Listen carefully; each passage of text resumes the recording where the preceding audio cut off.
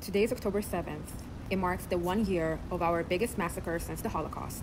I wanted to share some of my personal experiences from that day and the weeks to follow.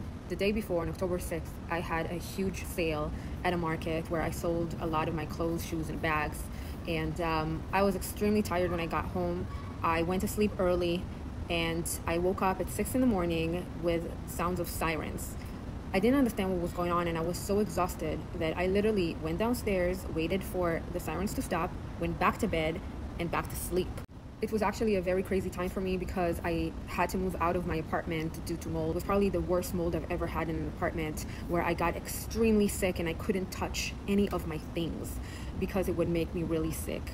And I was moving from place to place trying to find my next home. I was at my mom's house, I was at my sister's, I was in an Airbnb, just for a few months kept moving around. And that's why I had the sale, because I couldn't tolerate my things, even though some of them were brand new. On October 6th, I went to sleep at my sister's house. Well, I was already experiencing hardships, and then I remember waking up at 6 in the morning from sirens going off. My brain was like kind of shut off and I didn't understand what was happening, and I literally went back to sleep. At 9 in the morning, my niece comes to my room and says, "There are terrorists inside of the country." And I'm like, what? We open up the news. I look at Facebook. They're saying on the news 10 people dead. On Facebook they say hundreds of people are dead, hundreds are kidnapped. And I'm like, what the fuck? When one person gets kidnapped, we give out 1,000 terrorists to bring that one person back. So now that there are hundreds of people kidnapped, what the hell are we going to do? People posted links to Gaza Now, which is a Telegram group of Hamas, and where you could see the footage they uploaded themselves of killing Jewish people. On the news, they were showing some clips over and over again of just terrorists in the cities, you know, in their vans, shooting people in the streets, but the hard footage was on Telegram. And I watched it because I needed to know what was happening. So it was just me and my niece at her house by ourselves. I grabbed the knife, I stocked up the shelter room, and we literally didn't know what to do. I was an hour and a half away from Gaza, so I was safer, but we didn't feel safe. We didn't know how deep into the country they infiltrated. There was no way to know. So everybody was prepared. Everybody just stayed at home, got every weapon they could, and stocked up the shelter room. But the problem is that the shelter room is for bombs, not for terrorists. So you can't really lock the shelter room most of the times. So we all had to find ways to lock the shelter room from the inside. So if a terrorist comes, then we can keep ourselves safe. It took the army about 3 days to take control of the areas around Gaza. It took them 3 days to get 3,000 terrorists that came in. And it took weeks to identify the people that were killed, because they were so brutally murdered and burnt and tortured that most of the time you couldn't even tell who they were.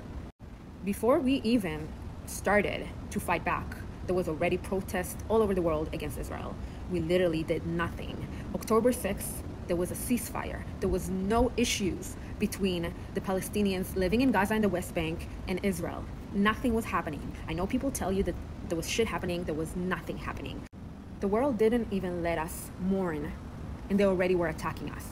While I was being attacked by my own friends from the US, I was at home at my mom's house, sleeping, or not really sleeping, but lying in bed with the window open, listening the whole night to see if terrorists are coming to my home. And all I was thinking all night long is, if they come to my house, where do I hide? Do I hide under the bed or in the closet? Or maybe I run to the roof. Now my mom is also in the house in a different room. And what if I hear them come and she doesn't? Literally, by the time I would get to my mom's room, wake her up, let her know what's happening, the terrorists would already get into the house, probably hear us, know where we're at, you know, torture us. And at that point, we weren't afraid of dying. It was more of being afraid to be tortured and raped.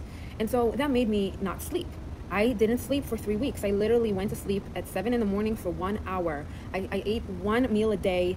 I lost so much weight. And there was one incident that was the straw who broke the camel's back and made me move out here to the US. One night, you know, I was awake the whole night, and at 3 in the morning, I heard noise downstairs. And I was like, is that my mom or is that terrorists? And I texted my mom. I was like, are you downstairs? And she says in the text, yes, I'm smoking a cigarette. Now, I'm thinking about what the terrorists did on October 7th, where they took people's phones and were texting their families and, you know, just posting how they killed people's grandmas and things like that. So in my head, it was the terrorists who took my mom's phone and are there communicating with me. And so I decided to ask my mom, what is my stage name? And she goes, what? I was like, oh my God, they got her. They literally got her. And I had like this thing from Africa, like a knife on a stick. And I was standing with that next to my door in case they come in, so I'm ready. I asked my mom again, what is my stage name? Just say, what is my stage name? And I freaked her out so much. She ended up coming into my room. And she was like, you're freaking me out. You need to leave. You need to go visit LA. I was like, it makes sense. I can't live like this. I can't be in so much fucking fear all the time. And I wasn't the only one experiencing this. They actually created a whole support team in Australia. So the Israelis that couldn't sleep at night and needed to speak to somebody could call the people in Australia that were awake, because for them it was daytime, to help us go through the night. Nobody was sleeping. Everybody on Facebook was like, who's awake? Who's awake? Everybody was awake. So it was a horrible time. They disrupted our sense of safety in our own homes. And this was their goal. This is what they were trying to achieve. This is what terror is. As soon as I got the permits to fly my dog, I was out of there. I donated the rest of my things that I didn't sell on the sale. People lost their homes and lost their families and was displaced, and they didn't have anything. So I gave away all my clothes and shoes and bags and blankets and towels and everything that I had left, and booked a flight that was extremely expensive and came out here. The first 2 nights I spent in a hotel room, and I slept for 2 days. There is life before October 7th and life after October 7th. Every Jewish person will tell you that. And Palestinian too. The reason that we hit them so hard was so October 7th won't become a holiday for them and something that they would want to recreate. We needed to make them fear doing anything like that again. And so people keep saying that wasn't proportional, how we attacked them. When you start a war, you can't complain about how hard the other side fights back. You can't. If you want peace, then this is not the way to go.